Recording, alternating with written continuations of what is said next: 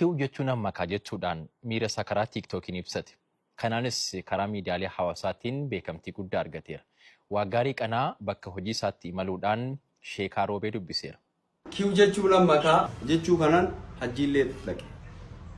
Rabbi achiillee na dhaabe achi as deebi'ee umrallee dhaqe.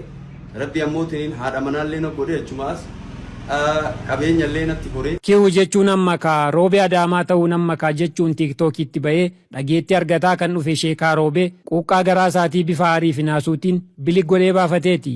Maaltu mudate laatamu? Kiu jechuun ammakaa yeroo jedhamu waan jabaa wayii irratti, waan si mudannoo wayii irratti, waan sammuu si dhiphise wayii irratti gaa'ilaa godhadhee ture. Gaa'ila san irratti waa'ee saahibaa irratti saahibni gaa'ila kiyya balleessuu keessatti nama nikaa godhadhee nikaa kiyya san balleessuu keessatti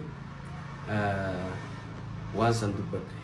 Yeroo sanitti ani dhugaa dubbachuudhaaf bal'inni ardii kuni kilaasuma tana naggaye sammuun na dhiphate hanga jedhu takka yaa Rabbi Sheekaan kamsaa fuudhee jummaa gadhiise naan jedhanii akka. Dubbii ba'aa dhowwu malee galan dhorkan kan jedhu maqaa dhumti dhalataa isaa Sheekaa Roobee kun guyyaa sana gantummaa miliqee itti dhufe gara deebisu dhabee tiiktookii irratti bahee himatus tiiktookerii ta'uudhaan ittiin buddeen nyaachuuf akeekee miti.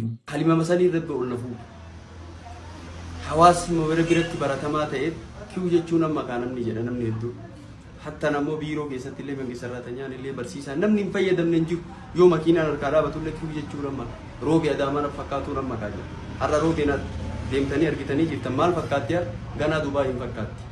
Hojii waaqaa fi kolfa sareetti hin beekan akkuma jedhamu taateessa mudatee raafamee tarkaanfii hin malle keessa seenuurra jecha inni filatee miidiyaa hawaasaa irratti tamsaase Kiu jechuun ammakaa kan jedhu qoosaa ta'uun tiiktookii irratti waan beekameef gara carraatti jijjiiramuudhaan ulaa biizinesii saaqe. Ani nyaanyaallee naa ta'a jedhee hin yaadne waa hedduu ammoo tiniin jecha kanaan beekamtii argadhee yeroo san ittiin beekamtii argachuufi miti kan dubbadhe. Rabbuma afaanirra na kaahee dubbadhe garuu beekamtii guddaa naa ta'e. Achi as ammoo tiniin namni barumsa kiyya hubate. Barumsa ilmii shari'aa qabaachuu na hubateet namni kun edaa nama akkanaati jechuullee na hubatanii hordoftoota hedduu godhadhee barsiisaa amantiiti amma kitaaba isin argitan kanatti barsiisaa jira. Osoo itti yaadin Rabbiin bakka kanaan nagahee istiidiyoo kiyya kanallee akkuma isin argitan. Gaabbii feegeen booddee deemtii akkuma jedhan waan miidiyaa hawaasaatti fayyadamnee ibsinus of eeggannoo barbaadaa akkuma bu'aa qabu miidhaansaa sammaachuu malaa jedhe tiiktookerri Sheekaa Roobee. Wanni sooshaal miidiyaa irratti jedhan qilleensa kana namni eeggatuudha qaba. Waan safuu keellee hin cabsin waan aadaa keellee hin tuqne ta'uudha qaba. Isin filannoowwan miidiyaa hawaasaa garaagaraa fayyadamtan bu'aa ittiin argachuuf immoo yeroo ittiin dabarfachuuf ilaatamu yaada keessan nuuf qoodaa.